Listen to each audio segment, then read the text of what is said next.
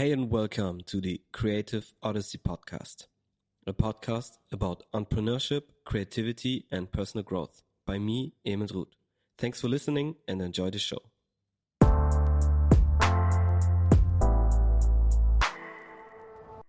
So I'm here with Herbert Lui. And Herbert, how are you? I'm good. Thank you. Thanks for having me on the show. Yeah, thank you for taking the time and coming on the show. Why don't you just introduce yourself? Who are you in your own words? For sure. So I am the author of a book called Creative Doing. And I am also working right now as the director of marketing at a company called FGX. That stands for First Global Express with an X.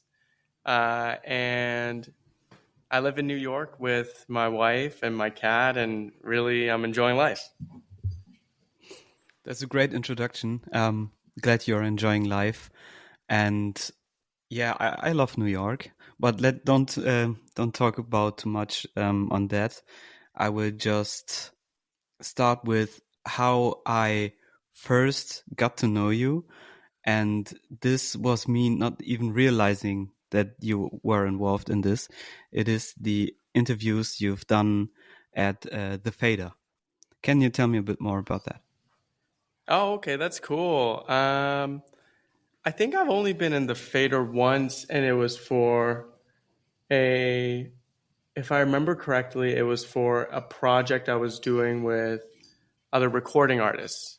So, the time, maybe fresh out of college, I was working on a project where my friends and I, we really followed like artist interviews very closely. Yeah. And what we found, one thing that bothered us a lot was the journalists or media personalities doing these interviews just kind of like asked artists questions we didn't want to know the answers to. Like they just, hey, who's this person you're in the photo with? Or like, who are you dating now or whatever? And we're like, that's cool, but I would much rather try to learn something meaningful from these artists. And so we created this project where we would invite artists on our show and ask them to describe their story before they experience success. And so we ended up interviewing artists such as Post Malone or Ryan Lewis, or my favorite one was with an artist named A$AP Ferg. And shooting these interviews was a lot of fun because we did them all in person. So we would be recording them backstage of a show or backstage at a festival. And I just never had any idea about how these things worked. It's like so fascinating to me. And it was really nice to be behind the curtain. You often got like the best seats in the house. But it was also just so fascinating to hear and learn from people. And I think one of the possibilities or the things we wanted to do was to encourage aspiring artists to learn from the stories that these artists were the protagonists of, and maybe like try to like pick up some best practices from them, or also just generally to encourage them to believe in themselves a little more and to continue to bet on themselves. Yeah, that's great, and I love the idea. And funnily, you picked out A$AP Ferg for your favorite interview, and I really like that one too, and would say that this would be my favorite episode. And this is partly because I really like the idea, or generally his approach in doing music. I think that's for rappers pretty unique, and all in all, I think you had an like very interesting time where these people were yet to blow up, and most of them were really successful. And you picked them up where they were famous enough to kind of create a buzz, but now most of them are worldly renowned, like mega superstars, talking like Post Malone, who's done everything and just doing country music, mainstream, whatever right now. But I think you really catched like to pick up a very German word here, Zeitgeist. You know, For it's sure. yeah, it's really a great moment that you catch there. And yeah, how did your journey kind of get on from that point on? For sure. I think one of the more interesting things you noted really quickly, I want to say in response is there were people we caught, there were people we also recorded interviews with who maybe haven't broken through to the mainstream yet. And there were like people we missed. Like I didn't even realize this at the time, but I got an email from a publicity firm that was promoting Lizzo. Mm, And I just like totally missed the email. And at the time, Lizzo was very much an emerging artist. Because of the success of these interviews, I was put onto a bunch of mailing lists. And so these PR departments or firms would like be emailing me. And whenever the artist came to Toronto, where I was living at the time, then I would try to like rally up my friends and we would go shoot an interview. And the name of the series is called Prologue. And it's because we wanted to show like the story before the story. And that's like the part of the form in fictional storytelling where you have this like quick story for contextualization. We wanted to make that the main thing for our series. And so, yeah, it was super interesting to see how hard these artists had to work. To do a show and then to do an interview must have been very exhausting. And yet they always said yes. Or maybe like their record labels or their teams would like encourage them to. yeah, And I think that that's a big part of what it takes to have a shot at succeeding. It's like, you know, there's of course there's the music and of course there's the art, but also they were like pretty relentless and pretty they're really good sports about participating in yeah. a show where it was just like little old me and friends, and it's not like we were super famous at the time. And so it was very educational. I think there was we were just a very small dot in like their very long line of both PR coverage, but also like their body of work, and them making a lot of work, I think, and being willing to participate and being really positive when they showed up was a big part of how each of them reached their versions of where they are now. Yeah, of course, and you'll never know which show or which interview might put them onto new listeners or other markets, or other groups of listeners or fans in general. And would you say that being prolific, if that's the right word, yeah, prolific in meaning like putting out a lot of work and kind of being positive to these kinds of formats, is this something that really affects like the success as an artist? Yeah, totally. Like I feel like if there is really no right way to do creative work, but generally I think it's good advice to try to make as much acceptable work as possible, and then to when you keep doing that, you allow perfection or you allow really, really great work to emerge. I think a lot of times it's really easy. Like a lot of people with good taste, let's say, have a tendency to overthink and get too precious about their work. And they ended up not making work, right? Yeah, Because the expectations are just too heavy. Like it like crushes them a little bit. I've been there, so I would say it crushes us a little bit. yeah, And the key is to make sure that while you do keep your sense of taste and judgment and your sense of flair and personality, it's still also equally important to just make sure you're not overthinking it and that you just focus on the task at hand and you lose yourself in the work a little bit. And then you press publish and you get a chance, or when you get a chance, you deliver the work as well. Yeah. So you need to kind of decide where to let things go and to have it done no matter. You cannot just keep on perfecting it and until it becomes nothing. And I think this is something most creatives suffer from, jumping from a new idea to the next new idea. Because starting out is exciting, but actually finishing it causes too much work. And then perfecting it, then you're unsure, and then you just step to the next exciting idea. Do you think there is a small remedy, or as you said, if you cannot put out work, you're unlikely to succeed? But is there something you can do to avoid this? Yeah, I think that I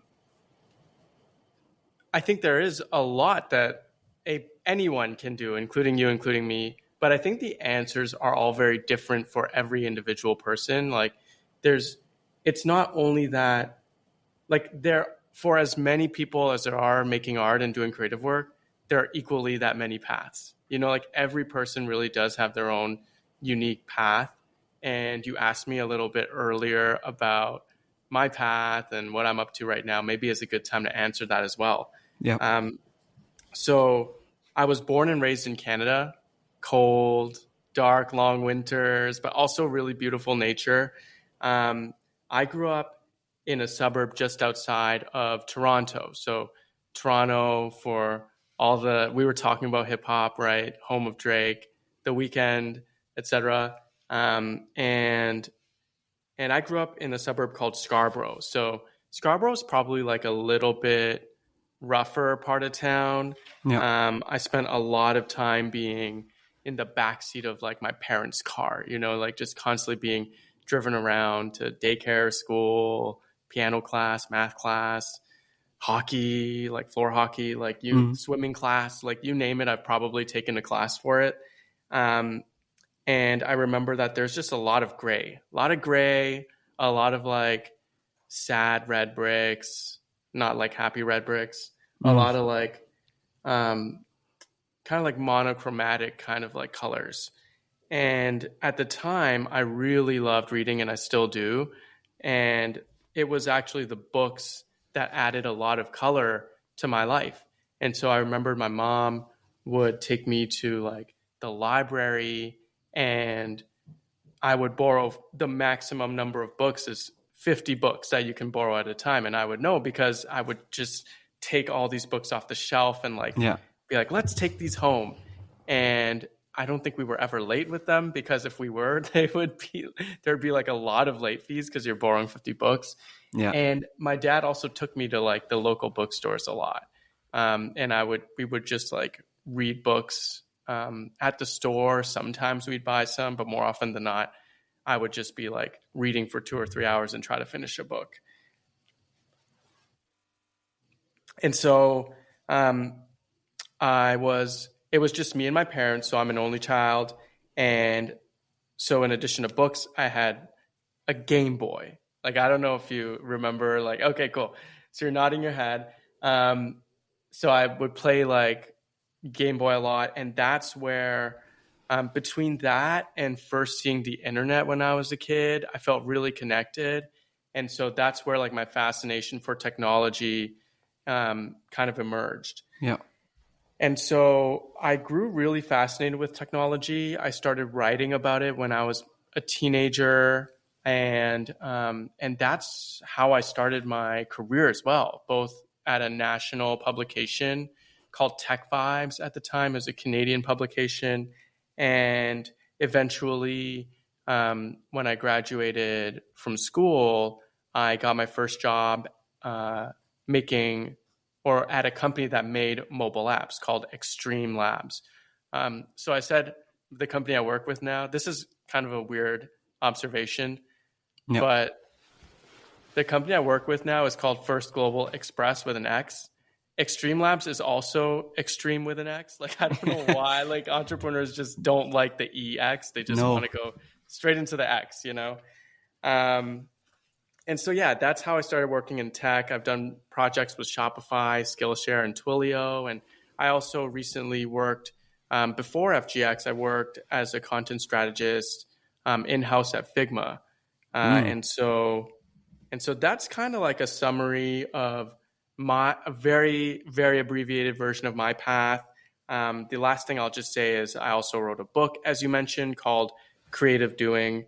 And I did it because I just love reading so much. And I think that for a lot of my 20s, I felt a very subtle version of a creative block, and I just absolutely hated it. So much so that I spent 10 years looking for an answer.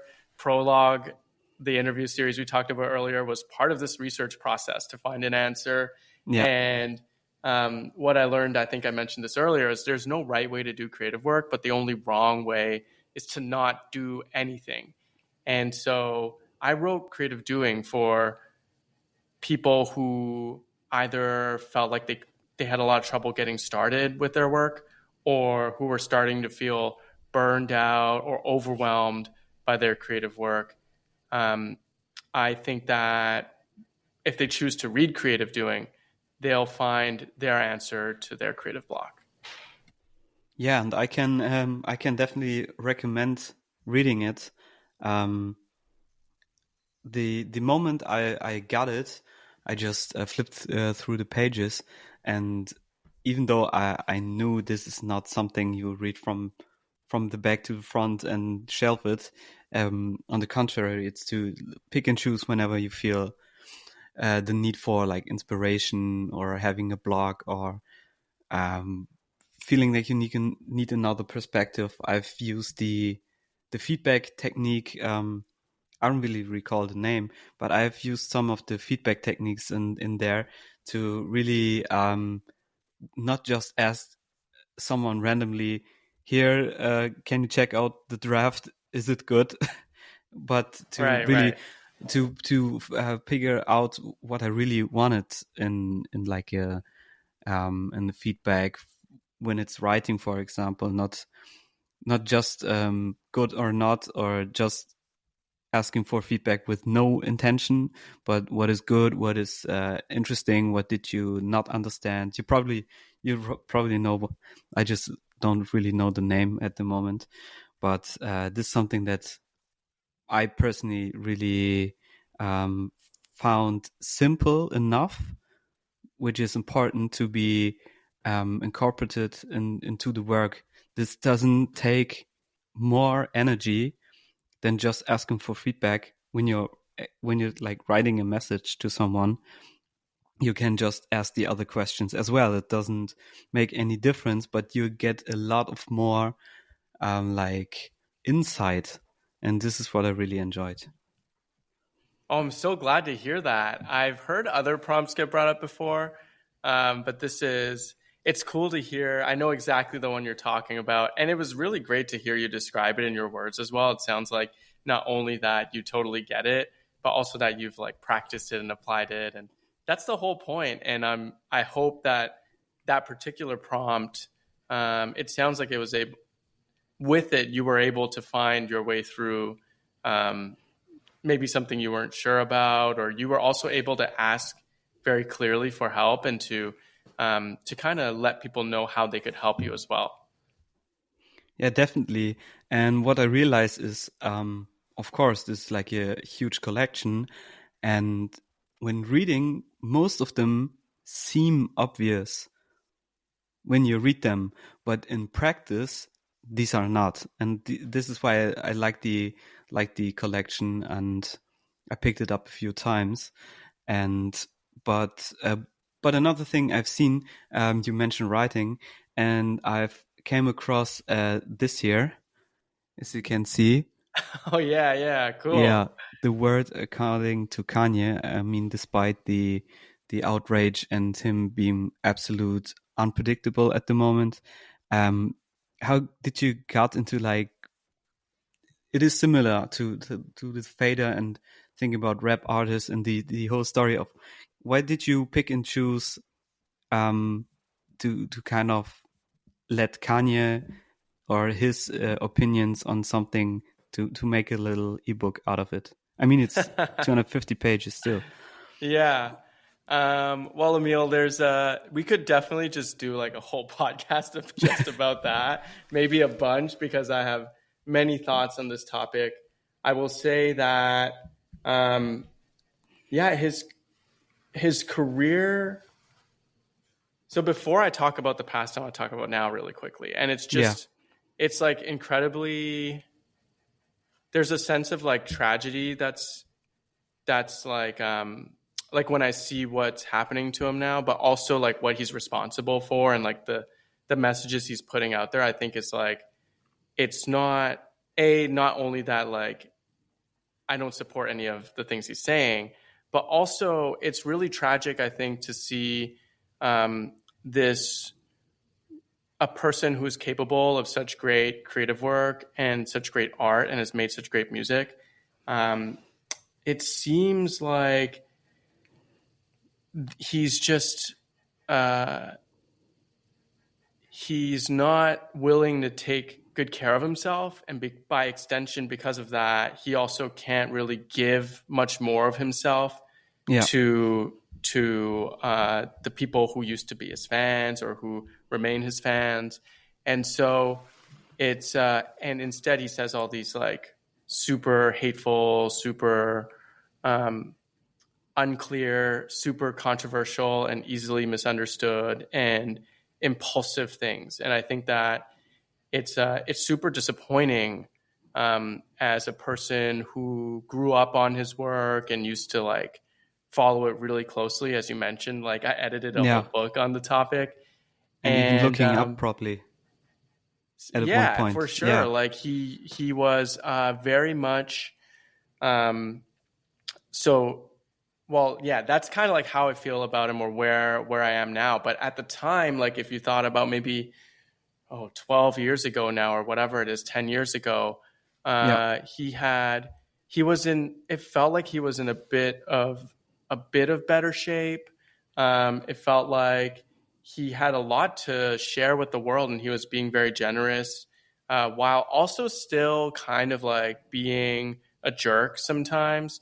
There was still enough redeeming qualities and he was still giving enough that it felt very motivating. And also, I think every one of us has played his music with a much, much clearer conscience, like maybe like 10 years ago.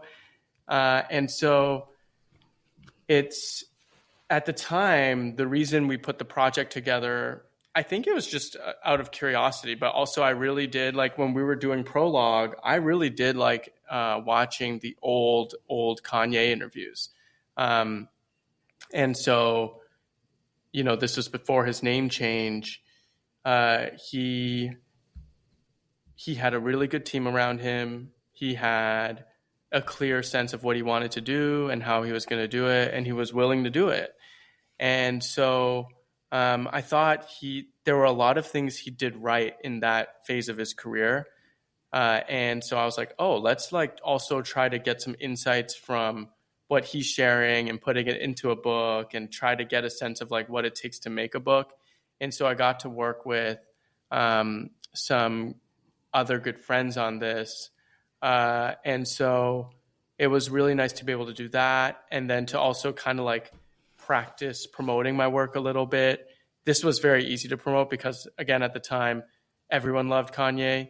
And so it was, you mentioned, I think there was Hypebeast, there was The Fader, there was a lot of different places that were willing to pick it up and share it. And it was a very exciting time to be working on something like that.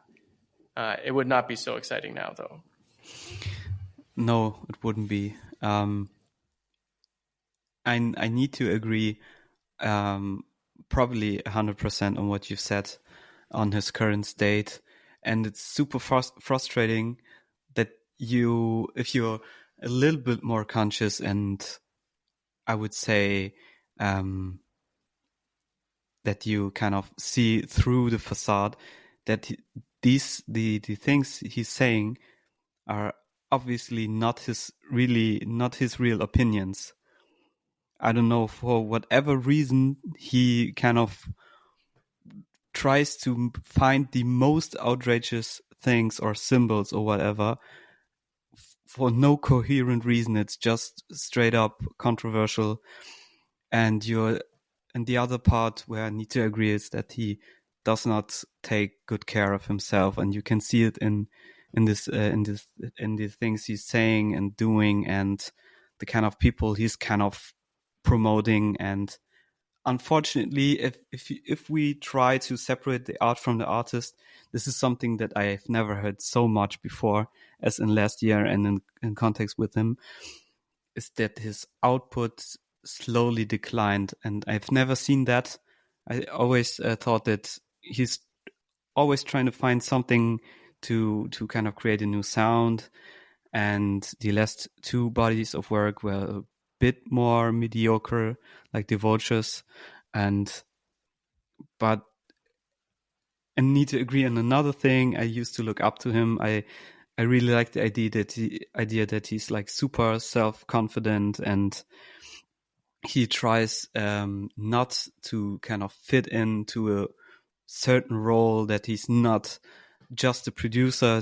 He can also rap, this one of the first things, and then he can make shoes, and then he can make a whole fashion line, and he can create a whole Sunday service gospel choir, and he can just do like really amazing things, and then he's just blowing everything up. But I don't want to talk about too much about this topic. But I really think format wise, that the world according to Kanye, I think you're right. This is a good thing, because a lot of people are already interested in it, to see it from a like entrepreneurial perspective. You already had something people are curious about, and you're kind of compiling it together. And that's the reason why I chose to kind of download it too. It perfectly works for, I don't know, collecting for an email list or something like that. Yeah, I mean, I think that I really had, aside from like the publicity or promotion for it, I really had zero marketing interest. I think I put like a very small form at the end of the book, which like 10 people filled out maybe. But I think like I think part of the challenge with any artist, but including him, is whenever you say like something incredibly shocking, the media ecosystem and social media as well is like generally inclined to engage. Yep. And so the reason I was writing about his work maybe up till like 2021 or early 22, I can't remember. But there was a point, I think it was when he first started tweeting like the racist stuff against Jewish people, where I was like, okay, this isn't it anymore. I'm just not going to share any of your stuff anymore, because every person can just choose not to promote the things that they don't want to promote. And I remember at the time there was another guy who ran like a big like fan page kind of thing, and he was Jewish. And I remembered listening to a podcast he was doing with some of his friends, and they're like, man, like they felt super confused about what was going on. And then he eventually just, like a few days later, I think he just stopped posting about Kanye as well, or gay at the time. And so I was also like, it's kind of, I saw him stop doing it, and I was like, look, like I follow most of the Ye journey through that guy, right? Through this guy, Chris Lambert, I think his name is. And so I was like, well, I actually kind of like you more than I like Ye at this point. So I definitely like don't want to, like, I can empathize. And I was like, if Ye said something about it's not that hard to imagine, hey, like today you, tomorrow me, you know? And so it's Yeah. like, let's just not support this or even like give an idea. Let's be very clear that we're not supporting this. Let's be very clear that we're just not going to like share any more of this stuff. And I think what's also really clear, as you mentioned, is that Ye's superpower used to be keeping a really good team of people around him. Like there Yeah. was Virgil Abloh is like the most obvious example of this, right? Yes. Like he went on to work at LVMH. He's like a super, super inspiring person to me right now and has been for many years, almost as long as Ye. And I would say like as time goes on, I feel like Virgil's legacy gets stronger, whereas Ye's gets like very much weaker and more brittle. And it's just a testament to, I think Virgil's independent success is also very, there's a clear sign maybe that he used to contribute a lot to Ye's body of work. And so I think that the bitterness that Ye feels towards Virgil and like the legacy and all the opportunities he was getting is also like kind of a cautionary tale or a lesson in itself, you know? Yes. Yeah. So there's a lot to unpack there. I don't know if we want to do that the rest of this. There's probably too much. Yeah. I wanted to. I need to put this out. It's like with Virgil becoming the creative director of LV. It's like for him taking Kanye's dream job. It's something he always wanted to do. It's something I've read. It's not particularly my opinion, but it's like he's kind of getting the role he always wanted to have.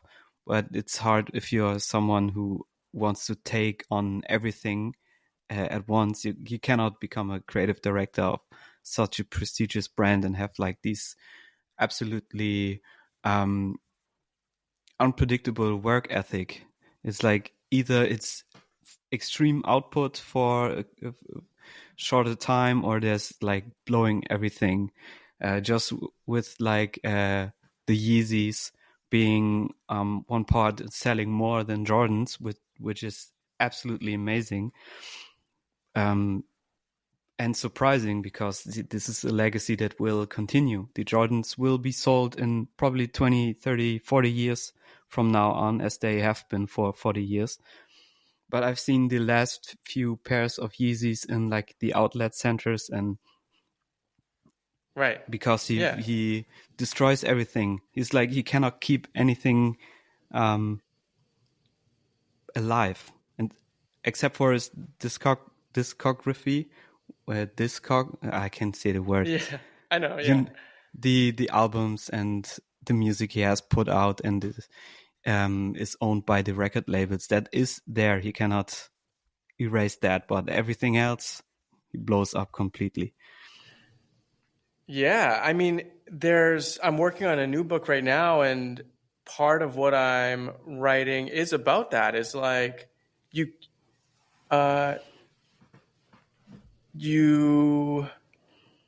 well, actually, let's keep it to this, what we were talking about just now. Like, even if you were the CEO of a company, would you pick and there's two really viable candidates, right? For a job you're offering, which is the creative director role. But one of them has a higher risk of like not only self-destruction, but also by extension, like destruction of your brand, which is pretty much your only competitive advantage. You're not going to go with that person. That's just as simple as that. And I think that like, you know, every leader every leader's good at like a handful of things and then has a lot of weaknesses as well. But they work to develop like the behavioral skills to either like compensate for their weaknesses, or at least like just to become a better collaborator, right? Like there's this book, What Got You Here Won't Get You There. It's like entirely about that. The book is by Marshall Goldsmith. And like, there's there's no behavior change with Ye. Like it's just, he doesn't have to either, which to like, he's free to do whatever he wants, as we all are. But I think that a job like that or a partnership like that requires like a degree of self-preservation and also like a willingness to be like, okay, cool, I'm not going to be impulsive today. I'm not going to like burn everything down with the moment I feel like it, which he Yeah, seems to be inclined to do. definitely. I'm super curious about the new book. But as a quick response, I think what changed recently with Ye is the magnitude of his outrages is becoming much higher. As he was a bit, I don't know, a bit provocative, a bit dorky. He's speaking his mind, but it's just too much for anyone to bear. I mean, it's probably known for one of the most biggest brands in the world, like Adidas, that he's, I don't know how to say it, but he's dangerous to work with. It's a bit of a risk. You never know. But this is something that they probably haven't been able to predict. But let me know a bit more about your current work.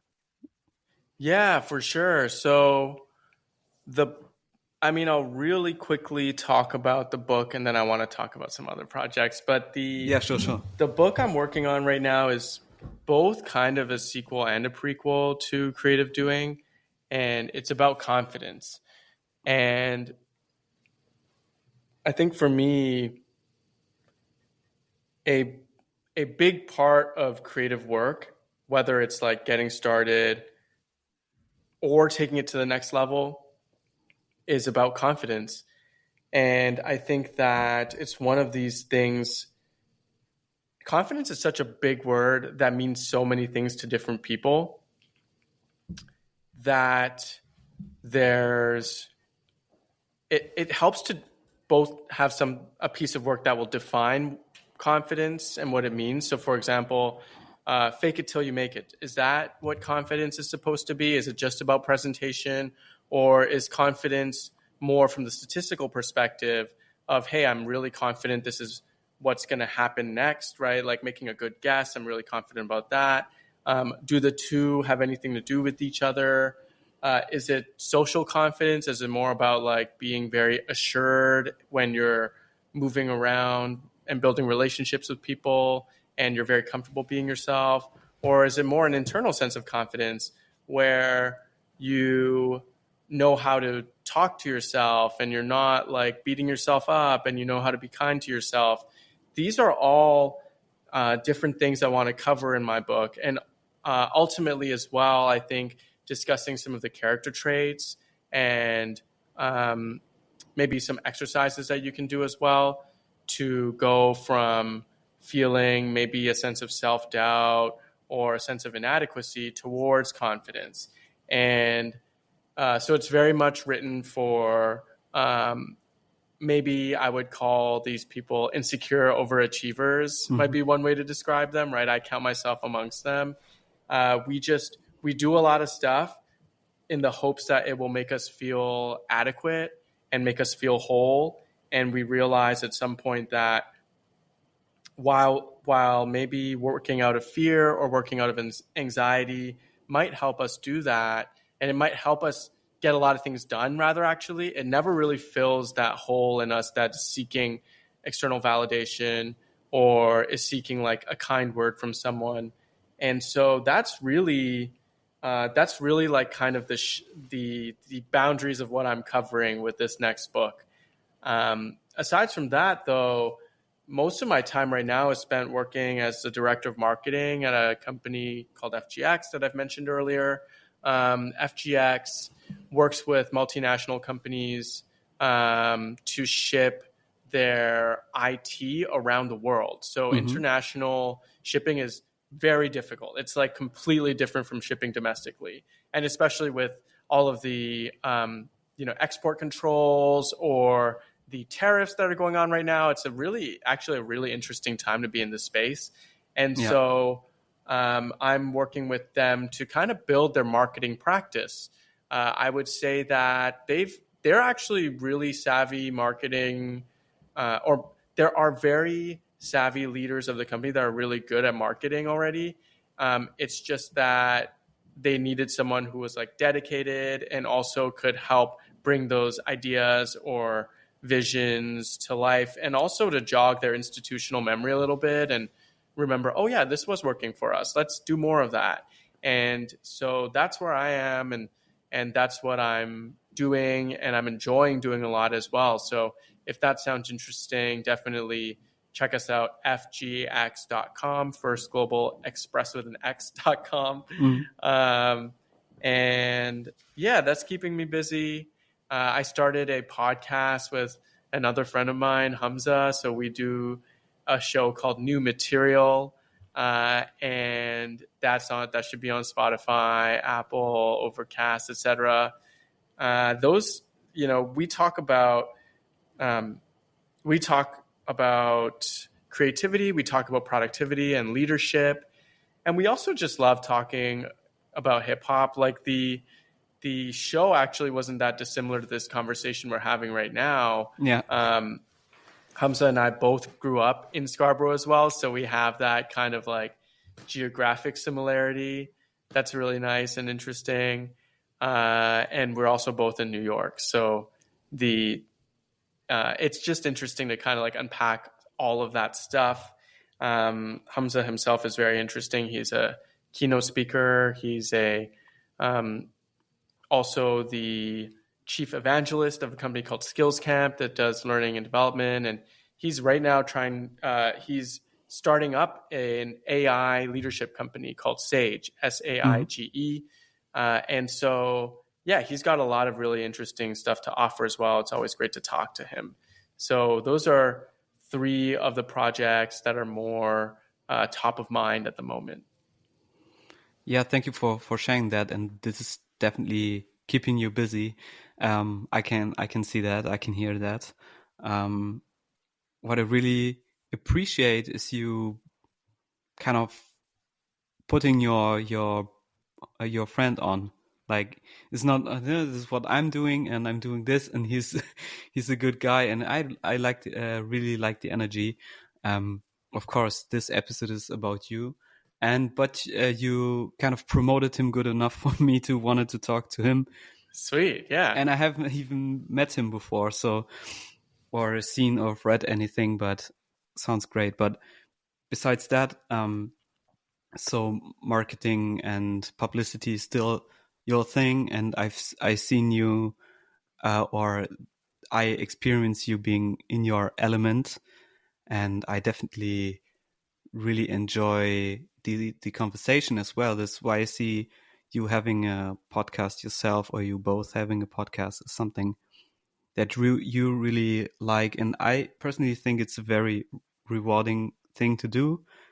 And just having like authentic conversations, not these ultra polished things sometimes. And these are a bit more easier to ship. I mean, you need to be kind of consistent, but you're not really polished. What you've said. Right. I like that. I recently wrote a blog post. That was something, the title was something like "Participate Even When You're Not Prepared." And that's it does make it easier to ship, right? I remember like there's an event I went to recently where they invited people to present 30 seconds on stage sort of thing. Mm-hmm. And none of those pitches seemed ready. Like there are people reading on their phones. There's people like kind of going beyond the time limit. And that's totally fine. I think that's a really great superpower to have. That's not, it's always nice to just bias towards participating and to making something, even when it's not totally polished or even when you're not totally prepared. And sometimes it's actually by doing that you get another chance to polish it up in the future. The creative doing really started as a PDF I published independently called There's No Right Way to Do This. That was a very unpolished. I prepared for it, but it was very unpolished still compared to what creative doing is now. And that's in large part thanks to Rachel Jepson, who's an editor I worked with. She's also another friend of mine. And yeah, we worked together through the publisher Holloway. Shout out to Holloway. And we were able to put that work together. Really, it turned out really well. I really enjoyed working with Rachel. Rachel's great as well. I think her website, I need to double check. Yeah, it's just racheljepson.com. Last name is Jepsen. So yeah, she's a really great writing coach, really great editing coach. And there was something I wanted to add to what you said, and I totally can't remember it now. But yes, nonetheless, showing up and shipping stuff without always feeling prepared is a good way to go. That's how I feel when I write my blog. I write my blog every day, my first name, last name.net, herbertlui.net. And yeah, a lot of the posts are not what I would consider to be my best work. Yeah. And still it still resonates with people, and different people find it. So I'm realizing maybe I'm not the perfect judge of my own work yet. And also that this creates an opportunity for the market to judge the work and real people to judge the work, which I always find really nice. Definitely. It's something I can identify myself with. And I try to write more, but at least I've seen that podcasting is a bit of a remedy, or it helped me with my perfectionism, because I do want to upload consistently. And if I do record it, I need to schedule it and have it out at every 2 weeks. And if I decide that the episode is not good enough, I run out of material pretty quickly. So I'm just recording, maybe adjusting a bit, putting up a simple cover, not overdoing it. And then I would just keep on having the conversation. And the thing that I really like is having these conversations. It opened up so many doors until yet. So I'm super happy to have made this decision. And what I wanted to share with you as well is something I probably have tweeted over a year, that your book partly inspired me to also start writing a book. And as I said, I try to not make it the same as in just collecting prompts. And it is definitely different. It's more like smaller chapters, essay-like, and different perspectives. And they are different enough. So I'm not copying you. Maybe I'm using the prompts, but I'm not using them and put them in there, but to kind of refine my work. And also what was it? I wanted to greet you from Bernice Liu, who did what is their artist name again? Spine? Yeah. So Bernice is my partner. Bernice is my wife. And so she's a great, such a good professional artist, such a good fine artist. Yeah. And such a great, with such a strong skill for design as well. And so we're really, Holloway and I are both really lucky we got a chance to work with her for her cover art for Creative Doing. And yeah, she's done 3 solo shows now. She's done a bunch of group shows as an artist, and she's working on some really cool projects right now as well, which, yeah, I'm excited for her to get a chance to share with the world. But to your point about, hold on. And her website is bernice.works is her design website. And then her artist work is best to follow on Instagram. It's just Spime. That doesn't have the extra S at the end. Let me double check real quick. Yeah. It's just Spime 3 times, Spime 3 times.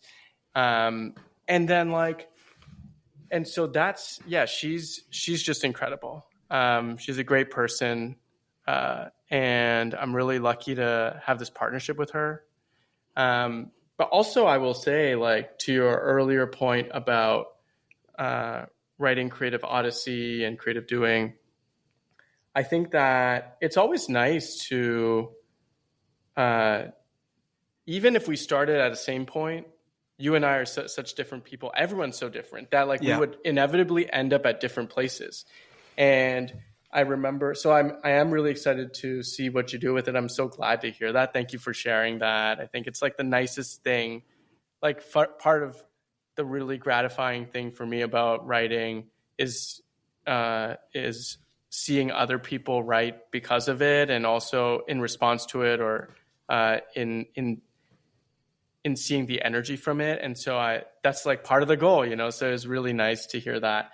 And I remember maybe a few years before I did creative doing, there was an artist named Questlove who published Hmm. Creative Quest, and I Yeah. didn't even know about the book until like a month or two ago. So I started reading it, and I was really glad I didn't know about it, because like not a lot, some of the prompts in there I also go through in creative doing. And I was like, oh, whoa, this is like really similar. So it's cool that we independently came to the same conclusion. But if you didn't know either of us, you'd be like, wait, like this book came out in 2018, like Questlove's book came out earlier, Herbert's book came out later. Did he copy him? Who knows? And so, yeah,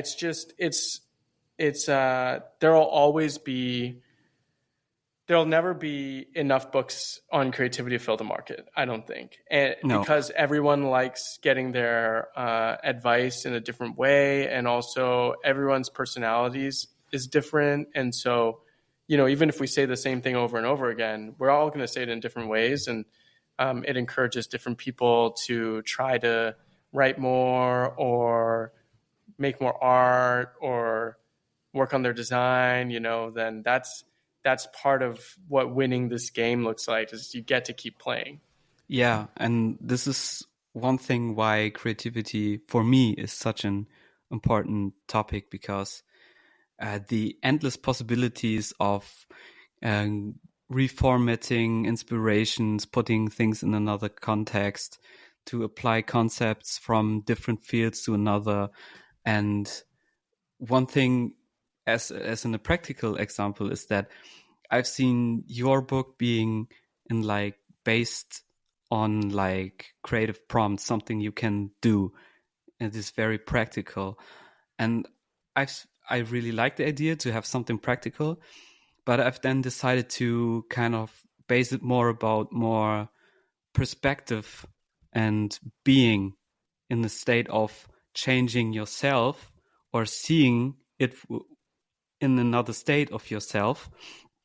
Um, and this is where I have seen different things coming up. If I were to write a book about creative prompts as well, without having read your book, there were probably a lot of similar, probably not all, and definitely not the input you've got from like Nache and the producers you have been talking to in your book. Oh And yeah. yeah, there's probably this is something I couldn't replicate, but I think a lot of creative people encounter similar problems or find similar solutions, and this is why there's always a bit agreeing on some things. But I have at least seen that like asking another question leads to a different kind of chapter than it would be if I were to ask the same question and try to answer it the same way. Yeah. But Yeah, for sure. so you're working with Holloway, and I just needed to kind of let this out that I think that it was a good fit as a publisher, as I've seen they have different kind of books on like creative work and freelancing and stuff like that. Yes, Holloway is really cool. So not only are they a really good publisher, so they have a really good reputation for the work that they deliver, uh, and they've built up a pretty technical audience, I would say, because their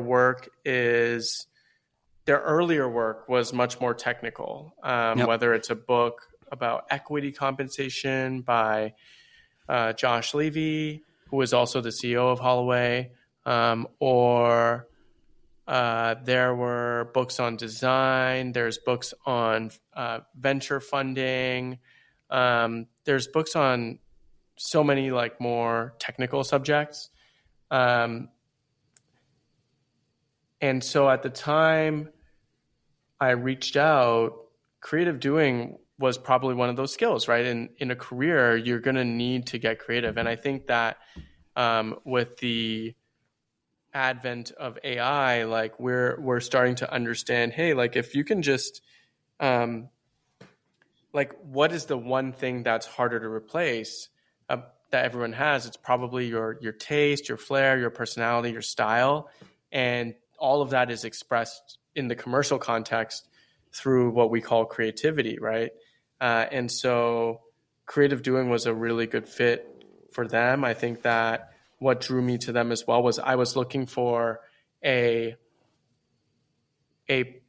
experience that people could read the book digitally, because at the time it was an ebook, and Holloway offers a platform where people can read the books in the Holloway Reader. And so the typography is really good. They can leave comments in there. They can download a PDF version or a Mobi version. And so while Holloway also publishes creative doing on print and on Kindle through Amazon, I think that the Holloway Reader is like a really cool experiment to be a part of. And that was what drew me to them initially.